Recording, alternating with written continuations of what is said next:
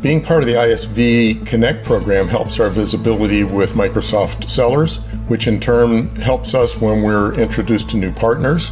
It has accelerated our entrance into new markets, and our product is developing with higher quality and at higher speed than it would otherwise have. Things like ISV licensing, handling our licenses just like any Microsoft first-party applications. We see that as a big benefit. What ISV Connect program introduced is very different level of confidence with our customer. And with the Microsoft expanding the program, we are expecting to grow our ISV portfolio significantly.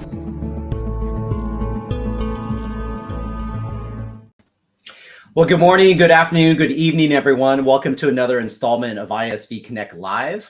My name is Brian Galicia. I lead our global Dynamics ISV business here at Microsoft, and it's an honor and pleasure to have Beth, who's the Chief Revenue Officer here from Experlogix. Before we go to her, let me do a quick orientation for a few seconds. For those of you who have never watched these live, or if you watch the replay, what are these things all about? So each Monday, as long as I'm not on vacation or there's a holiday or we have a partner to host, we showcase these every Monday because we want to have the ability for our amazing ISVs, particularly Experlogix, to come on and share what do they do and the outcomes they help to drive together to our end customers with their IP and our business application solutions. So we'd love to hear where you're watching from. So if you want to put in the LinkedIn comments, maybe you're watching from somewhere in the US or the East Coast where Beth is taking it, or West Coast where I'm taking the call, or anywhere around the world. We'd love to kind of celebrate you and comment on where you're watching from. Second is that we typically have enough time maybe to address a question live. So if you do have a question that you want to ask Beth or myself during the dialogue, feel free to put that in the LinkedIn comments and we'll see that and we'll be able to post that up in real time. And I could potentially ask Beth a real-time question. And then lastly, during the dialogue, if there's something that resonates with you, feel free to either utilize one of the reaction emojis, like, support, etc., because that also gives Beth and I insight and visibility to know that the content and the commentary and the things we're talking about actually is resonating. Without further ado, why don't let me introduce Beth to the stage. And Beth, thank you so much for making the time on a Monday, right before kind of, I mean, we're in the holiday season, but right before the week before Christmas, which is next week, which is kind of crazy to think about. It's already mid December. But why don't you describe a few things as we kick off?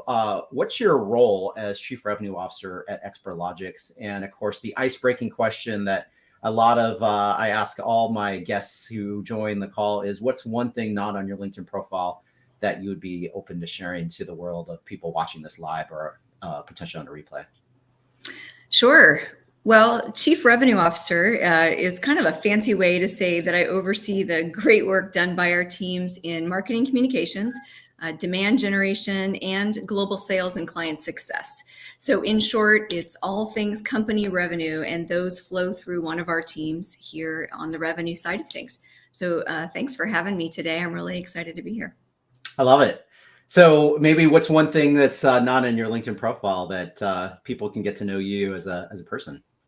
I thought about this a lot, and I thought, well, gosh, where would I begin? And I think where I'll begin is all the way back at the beginning of my career. Of course, you can't put all those things on LinkedIn, but I do think your first job paves the way for your perception of work, likes, dislikes, etc.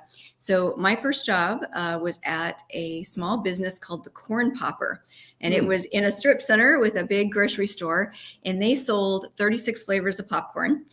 It was my first sales role. And I learned that business as a teenager. And I remember being drawn in by the passion of the two owners who were trying to get a small business off the ground. But in that experience, I learned how to upsell. If someone comes in to buy buttered and salted popcorn, maybe you can sell them caramel corn, those types of things. I learned that it was easier to make spiced popcorn than sweet popcorn. And the biggest thing I learned was that shrimp popcorn should never, ever be eaten by humans, ever. Oh, what a story. I've never had that described on any of the 65 plus shows that we've done. So that's amazing, Beth. So maybe a couple of follow-ups to that is, One, is that company still there? So I'm assuming maybe that company got sold off or they stopped being in business. Is it still, if you went to that shopping mall or the grocery store area, is it still there? Yeah, I grew up in Orlando, Florida. I don't live there anymore. It was there for a long time. I see different types of franchises like that, throughout time and places I visit, but don't know if the Boccuminis survived from way back then. But it was a great concept, and I hope they did well. I love it. And I'm sure you probably got your handful of working for that type of business. Hopefully a side perk was that you were able to taste all the popcorn or take some home from leftovers and all that stuff. Way too much popcorn tasting. And that is also how I learned that shrimp popcorn was a really bad idea. Yeah, exactly. I don't think I've ever had shrimp popcorn, but now it's so awful. Stay away. There's certain things that go well together and pair well. That probably is one that should never be in there. So that's good advice for people watching. So before we get into our questions, let me just do a quick shout out to a couple people who have commented in here. So thanks you in cold and dark England. I can relate because being in Seattle, it is dark and it's cold. So it's par for the course for the winter time. Peter, thank you for coming and watching from the Netherlands. So wet and windy. That also you could surmise that's also Seattle too. On days. You got someone who is getting hungry. So Mia, hopefully I'm pronouncing your name right. Yum. So you got someone who made them a little bit hungry for popcorn, I'm sure. And then Ewan, love the popcorn story. I think that's also like dealing with people. I think that's another great thing that you're able to probably learn from their customer service skills. And then Mia, love it. Never trying shrimp popcorn. There you go. Yeah, that's right. It actually, when you're a shy person, like I am by nature, it kind of made you interact with the public and you had that counter barrier. But over time, I think it helped me learn really obviously how to sell, but just how to interact with people better, than I might have otherwise. So. I love it. And think about popcorn and where we're going to move next, what Experlogix does. I mean, you think about pricing and upselling and all those things. It's kind of relatable to the topic that we're going to go talk about. So for those who have never heard of Experlogix before, Beth, why don't you describe a little bit about the business outcomes they help to solve with Microsoft? Because this is an amazing story. I mean, Experlogix has been such a long-standing Microsoft partner for many, many years, almost as long as I've been at Microsoft, which is almost 16 years. So maybe describe a little bit for people watching the replay, the benefits and the outcomes that Experlogix helps to solve on top of the various Microsoft scenarios and solutions that you support. Yeah, absolutely. Happy to. So, of course, being a marketer, I have to start with the marketing speak. In its simplest form, Experlogix really unlocks workflow velocity for companies. And I love that word velocity because it implies action and movement. And we've been doing this since 2002. To your point, we were one of the original Dynamics ISVs in 2005. So we have been around and in partnership for a very long time. We've got about 1,700 clients today, and we see huge opportunities in this market for our partnership. Should also mention that we were recently named a supply chain platform partner, which we are super excited about. But when you think about our space, there are companies out there with complex products or processes that if they don't offer simpler, more automated processes for themselves and their clients, they're going to fall behind. And that's the place where we really step in and support. I was just doing some research before our talk and found an interesting stat from Forrester.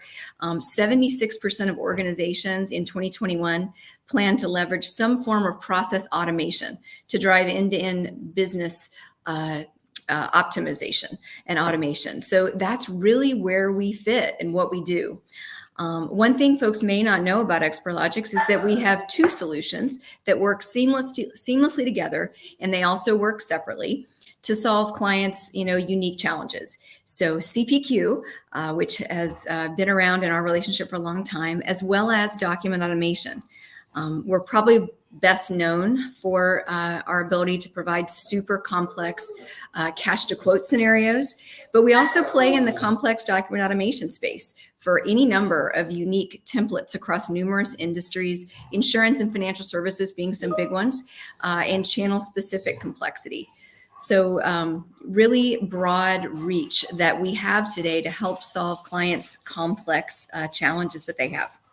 So While our relationship with Microsoft is just beginning in that document automation space under the Experlogix brand, there's a huge opportunity that we're seeing out there already in that regard. But our CPQ co-sell experience is really deep and really vast. A lot of folks at Microsoft see us as the go-to for manufacturing, but our client landscape's really been changing. We definitely serve that manufacturing space, but 7 out of 10 of our clients today are outside of that space, of our top clients, which speaks to the demand for the unique combination that Dynamics 365 and Experlogix can solve worldwide. Yeah, what a great intro, Beth. And I love how you commented on that, because the journey started in configure, price, quote. That was from when I first started at Microsoft and then got into the Dynamics space. That's how we really got to know Experlogix, because I actually had recommended when I was in our selling field, and a sales leader actually said, oh, you should be thinking about company Experlogix as a solution in a scenario. And I love how you said the workflow and the process, because that's what it really is. I mean, CPQ is a defined process in the flow, but in essence, you're trying to make sure that the automation of that and the accuracy, the information that's being shared, to ensure that the customer's end customer is getting that value. And I love the expansion in document automation, because that's just as important when you think about the whole business process Absolutely. flow. You have to have documents to be putting that stuff in there, and how does that flow work, and what gets put in there. And I love how Experlogix has expanded there. And I think the other thing you could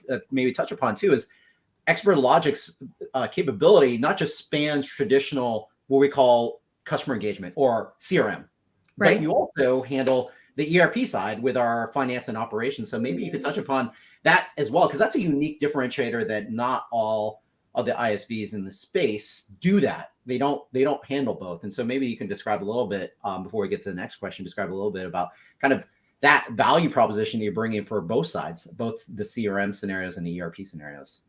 Yeah, happy to do that. As a matter of fact, there's really a couple of ways outside of CRM that we're able to interact in Dynamics. I'll talk about both of those quickly. And this is also really the key to how we've diversified our client base. So we're not just, your manufacturing CPQ anymore. And that's really for a couple of reasons. One is this integration to Dynamics Commerce, because that gives B2C shoppers the ability to personalize their ordering experience, using our rules, pricing, and graphical capabilities. So that's really opened new markets for us. And as you mentioned, we are integrated with F&O in BC, but we have a new cloud integration framework that makes it easy for businesses to leverage CPQ from literally virtually any entity within the Dynamics 365 product suite. And this allows our clients to take advantage of advanced configuration logic with no code processes, which is really huge. So since it's easier to deploy, all of our clients can take advantage of advanced logic. So we're really excited about this enhancement. And we feel like, especially in partnership with Microsoft Dynamics, this is really going to take us places. So we're looking forward to getting that rolled out in the market even more broadly than we have already. Yeah, and what a great innovation as well, because every organization, to your point, industry, when people think about, where does this play? I love your comment of 7 out of 10 of your net new customers are not coming from manufacturing. They're coming from other places. And when you think about the business process flow of where this type of automation can apply, it could be anywhere. And that's you giving end customers the flexibility to then take advantage of your scenario. So it doesn't necessarily have to live just within traditional sales automation.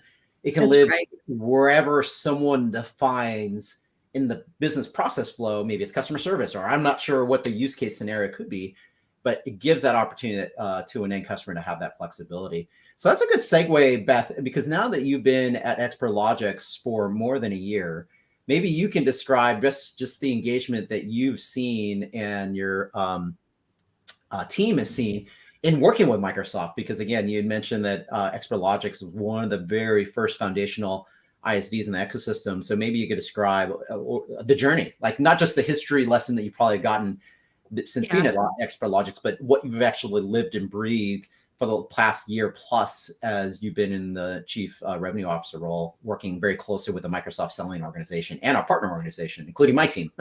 Yeah, that's right. I've experienced firsthand how strong our partnership is with Microsoft. Recently, we were able to get out there and visit and spend some time with you and other members of the team. And it really solidified what I already knew, just from working in the organization. We have got really strong personal relationships with our global and regional PDMs, with our technology strategists, and just everybody that we work with has really made us feel that we're really well supported as an ISV. In addition to that Microsoft Supply Chain Platform initiative that I mentioned earlier, we've got over 400 reselling partners worldwide that are going to market with the combination of Experlogix and Dynamics365 as their go-to solution. It keeps us busy, but it also just continually reinforces the power of this partnership that we have together, and just where we may be able to potentially take that in the future.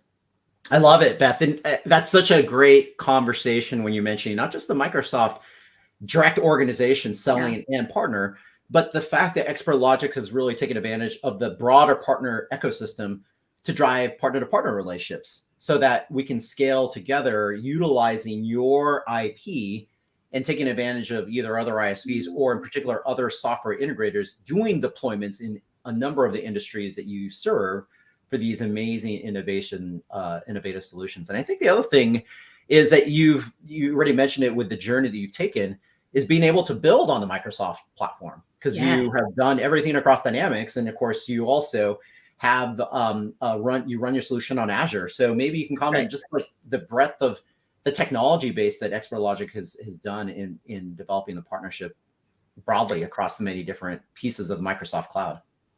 Absolutely. Well, as we've talked about, we've been working with you for a long time, and our business was built on Microsoft. We are proud Azure users, as you pointed out, and we continue to really keep an open dialogue with Microsoft, and we get a feel for where you're going. When you think about our commerce integration, we were the first CPQ solution to go there. And we went there because we saw the vision of what, Microsoft was bringing forward. So we are in open communication. We actively work on certifications with our people to make sure that they are current, in Microsoft technology. And, it's just the biggest priority of all that we do, making sure that we continue to evolve our technology, continue to reduce technical debt, and just be ready, for what comes next on the partnership. I love it. Well said, Beth. So one of my favorite questions, we were talking about this a little the pre-show, is the customer stories that have been evolved since people made the selection of Experlogix and Dynamics. And you had a few, which being someone who loves music with a company that does that, maybe you could describe some of your favorite stories that you have come across, either that your team has sold recently or just in general, because I'm sure there's a combination of both. And this is one of my favorite questions because I love the storytelling of what customers have been through, that then the business outcomes that they were able to solve, selecting Experlogix as a vendor with some amazing IP built on Dynamics. Maybe you can describe a little bit about some of your favorite customer stories where people have gotten the benefit of the solutions. Yeah, I would love to. And I want to start by saying, I was a CPQ user with a different product for years and years. I was working in a manufacturing environment, really, really technical, and the technology itself equally as horribly technical. I won't name names, but that was my vision of what CPQ was, just the world I was living in. The biggest learning I've had over the last year is the versatility of our solution, both CPQ and document automation. It's amazing to me, the use cases, that come across my desk that we're strategizing around, and that, our solution engineers can build amazing demos around. But I had two things that I wanted to talk about that have really stuck with me as far as diversity of our solution. So the first one, as you alluded to, is Gibson guitars. And if you think about Gibson, they have shaped the sound of generations of musicians over 127 years. So as appropriate, they're headquartered in Nashville, and they've been on a digital transformation journey. They had a lot of disparate point solutions in their business units, and their goal was to bring them under one common enterprise model. They needed a CPQ solution. that was a critical component to provide consistency from sales to dealers to customers, while also providing that back-end integration across their business applications. So we teamed up with Microsoft, and that initiative was led by D365 SSP John Conklin, and we worked hard together through the RFP process. And ultimately, we were selected from a significant sea of others. And the reason we were selected, a lot of that is what you described earlier. We were able to meet all their functional requirements, but we were able to do it out of the box across their environment of D365 F&O and Commerce and the dreaded S word. They were running Salesforce. And so we were able to accommodate that as well. But just to imagine what I used to use CPQ for as a practitioner being utilized in so many ways by a company like Gibson was pretty amazing. So that was story number one. I love it. And maybe before we get to story number two, just I mean, for those of you who don't play guitars, or even like if you've ever been into a music store or something and you see Gibson guitars, the mass array of different variations of that is just astonishing, like how many different type of guitars are out there and where they sell it to, the colors, and all these things come into play. And to your point of how do you take all that across all their business processes to automate it in a way to where the selection process for a buyer who's trying to figure out, well, I'm a beginner or I'm a seasoned musician, all these things that then come up with, okay, how do we then provide the right configuration and then buying process to that, I think is such an amazing story. Yeah, it really is. Think about the types of wood, the shapes of the guitars, what they do, articulating that in a way that's fairly straightforward for dealers, to be able to communicate with clients, or clients to figure out on their own, and to price those components. It was really fascinating, and I'm just excited to just realize the potential, of what we can do together. Absolutely. And then that thing, especially in manufacturing where it plays into, you mentioned the dealer scenario. And I think that's an important call out, Beth, because at the end of the day, when people think, oh, that's just my own employees going through that business process. And in actuality, it can be, but it's also the extensibility that you provide, because it is not just the employees. It is the thousands and thousands, or whatever it is for organization of the dealer network or the partnership network, because they have distributors that are actually reselling their Gibson guitars to their end customers. And so that complexity that needs to ensure that that price point that a dealer or distributor can have, different from a direct selling organization, handling all that and the amounts of data that you're trying to go provide, I think it's amazing that Experlogix is built solidly to build and scale across that at a global level for an organization like that. Agreed. And I love that story because it's so cool, the whole, how long they've been in business and the guitars that they make. This next story, though, I have to say, it edges it out just a little bit because it was a takeaway from Salesforce, and we teamed up to make that happen. And the story is around a company called Global Foundries. So this was a win that we did together at the end of your fiscal year, just fairly recently. But Global Foundries is a semiconductor manufacturer, and they have a super, super complex need for configuration and quoting. So they were looking for a CRM replacement. And a lot of the reason for that is because it was very, very customized, and it was made up of just all kinds of disjointed systems that were plugged in to make their world run. And so our companies joined forces. The Microsoft team consisted of Michelle Delanian and June Gardner, Justin Rosello, and Jeff Budd. And our teams came together and went to battle to win this deal.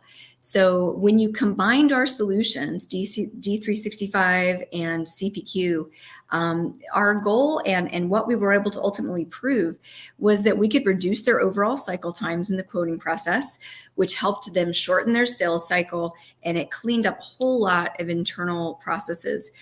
What I love about this deal is that we really truly did win it through amazing teamwork. This deal happened while I was here, and the great conversations, the great insight, and the great collaboration between our teams made a big difference, as well as having a great champion at Global co-founders, a guy named Brad Clay, who used to be at Lexmark. He had successfully worked with both of us. And in a deal like this, having a champion's critical.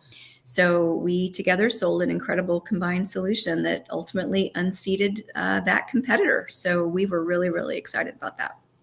Yeah, and I love that, Beth. Again, another great example, manufacturing and people who are looking at alternatives because their current solution wasn't providing the level of business outcome that they were addressing. And I love how you really highlighted the partnership in partnering with Microsoft, because that's one of the things when you have partners come in our ecosystem is the breadth of the number of Microsoft sellers that are engaged at our end customers around the world, that you're able to get that great benefit, because it is a partnership. I mean, sometimes you are selling direct, and especially in your area for Business Central and scale areas, that would occur. But in some of these very complex opportunities, the ability for your team to work hand in hand effectively with our Microsoft sellers to jointly present the value proposition as to the better discovery together, because we can't do everything at Microsoft. Right. Having Experlogix come in is such a great story.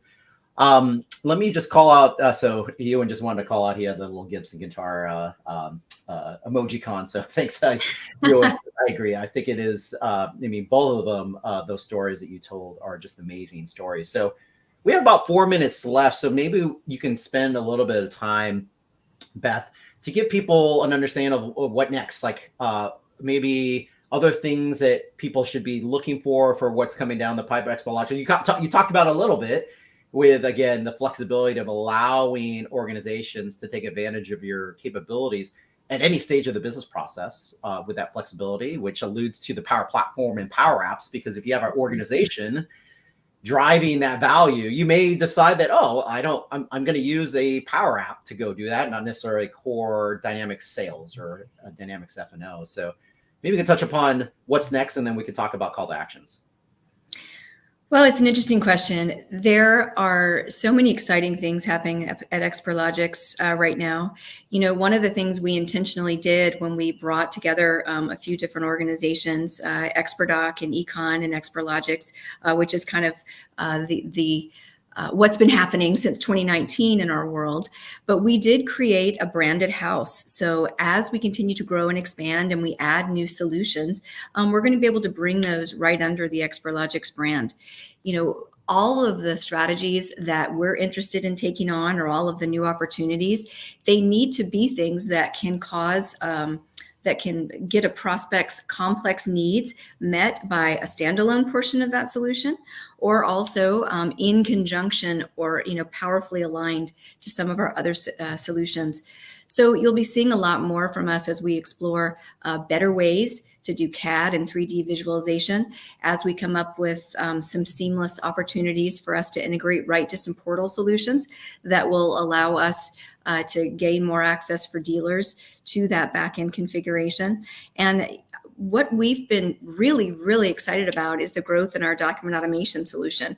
As you know, it connects directly with CPQ, but the use cases just continue to come outside of financial services and insurance that you would expect, really showing the power of those solutions. So whether they come together or whether they stand apart or whatever they will be in the future, there's a lot of excitement to come on the Experlogix journey.